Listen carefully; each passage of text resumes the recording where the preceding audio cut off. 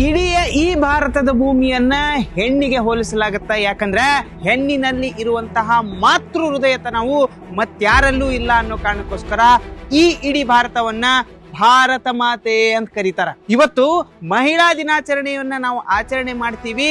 ಎಲ್ಲ ಕ್ಷೇತ್ರಗಳಲ್ಲೂ, ಎಲ್ಲ ವಿಧ ವಿಧ ರಂಗದಲ್ಲೂ, ಎಲ್ಲದರಲ್ಲೂ ಇವತ್ತು ಹೆಣ್ಣು ಮುಂಚೂಣಿಯಲ್ಲಿದ್ದು ತಾವು ಯಾವುದರಲ್ಲೂ ಹಿಂದಿಲ್ಲ ಅನ್ನೋದನ್ನ ಸಾಬೀತು ಮಾಡ್ತಾನೆ ಬಂದಿದ್ದಾರೆ. ಇವತ್ತು ಕ್ರೀಡಾ ಕ್ಷೇತ್ರದಲ್ಲಾಗಲಿ, ರಾಜಕೀಯ ಕ್ಷೇತ್ರದಲ್ಲಾಗಲಿ, ಶಿಕ್ಷಣ ಕ್ಷೇತ್ರದಲ್ಲಾಗಲಿ, ವ್ಯಾಪಾರ ಕ್ಷೇತ್ರದಲ್ಲಾಗಲಿ ಇವತ್ತು ಹೆಣ್ಣು ಎಲ್ಲರಿಗಿಂತ ಮೊದಲು ನಿಂತು ನಾನು ಯಾರಿಗೂ ಕಮ್ಮಿ ಇಲ್ಲ ಅನ್ನೋದನ್ನ ಸಾಬೀತು ಮಾಡಿ ಜಗತ್ತಿಗೆ ತೋರಿಸ್ತಿದ್ದಾರ. ಹೆಣ್ಣು ಈ ಜಗದ ಕಣ್ಣು ಅಂತ.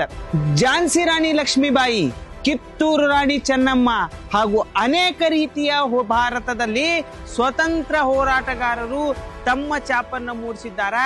ಇವತ್ತು ಜೀಜಾಬಾಯಿ ಅಂತ ಹೆಣ್ಮಗಳು ಶಿವಾಜಿ ಮಹಾರಾಜರನ್ನುವಂತ ದಿಟ್ಟ ಪುರುಷನಿಗೆ ಜನ್ಮ ಕೊಟ್ಟು ಇಡೀ ಭಾರತದ ಇತಿಹಾಸಕ್ಕೆ ಸಾಕ್ಷಿ ಪುರುಷರಾದ್ರು. ಅದಷ್ಟೇ ಅಲ್ಲ, ಇವತ್ತು ಹೆಣ್ಣು ತಾನು ಸೌಟ್ ಹಿಡಿದು ಮನೆಯಲ್ಲಿ ಕೂತು ಅಡಿಗೆನೂ ಮಾಡ್ತೀನಿ, ಅದ್ರ ಜೊತೆಗೆ ಗನ್ ಹಿಡಿದು ನಾನು ಗಡಿಯಲ್ಲಿ ನಿಂತು ಹೋರಾಡ್ತೀನಿ ಅನ್ನುವಷ್ಟರ ಮಟ್ಟಿಗೆ ಇವತ್ತು ಹೆಣ್ಣು ಗಟ್ಟಿಯಾಗಿ ನಿಂತಿದ್ದಾರೆ. ಕಲ್ಪನಾ ಚಾವ್ಲಾ ಇಡೀ ಭಾರತದಲ್ಲಿ ಮೊಟ್ಟ ಮೊದಲಿಗೆ ಮಹಿಳಾ ವಿಜ್ಞಾನಿಯಾಗಿ ಅಂತರಿಕ್ಷಕ್ಕೆ ಹರಿದ್ರು. ಕಿರಣ್ ಬೇಡಿ IPS ಅಧಿಕಾರಿಯಾಗಿ ಮೊಟ್ಟ ಮೊದಲಿಗೆ ತನ್ನ ಪೊಲೀಸ್ ಇಲಾಖೆಯಲ್ಲಿ ತಮ್ಮ ಛಾಪನ್ನು ಮೂಡಿಸಿದ್ರು. ಒಂದು ಹೆಣ್ಣು ತಾಯಿಯಾಗಿ, ತಂಗಿಯಾಗಿ, ಹೆಂಡತಿಯಾಗಿ, ಕೊನೆಗೆ ಮಗಳಾಗಿ ಸಹ ನಮ್ಮ ಒಂದು ಪುರುಷನ ಜೀವನದಲ್ಲಿ ತನ್ನ ಪಾತ್ರವನ್ನ ನಿರ್ವಹಿಸ್ತಾನೆ ಬಂದಿದ್ದಾರೆ. ಇವತ್ತು ಎಲ್ಲರಿಗೂ ಗೊತ್ತಿದ್ದಂತೆ ತಾಯಿಯರಿನ ಯಾವತ್ತಿಗೂ ತೀರಿಸ್ಲಿಕ್ಕೆ ಸಾಧ್ಯನೇ ಇಲ್ಲ.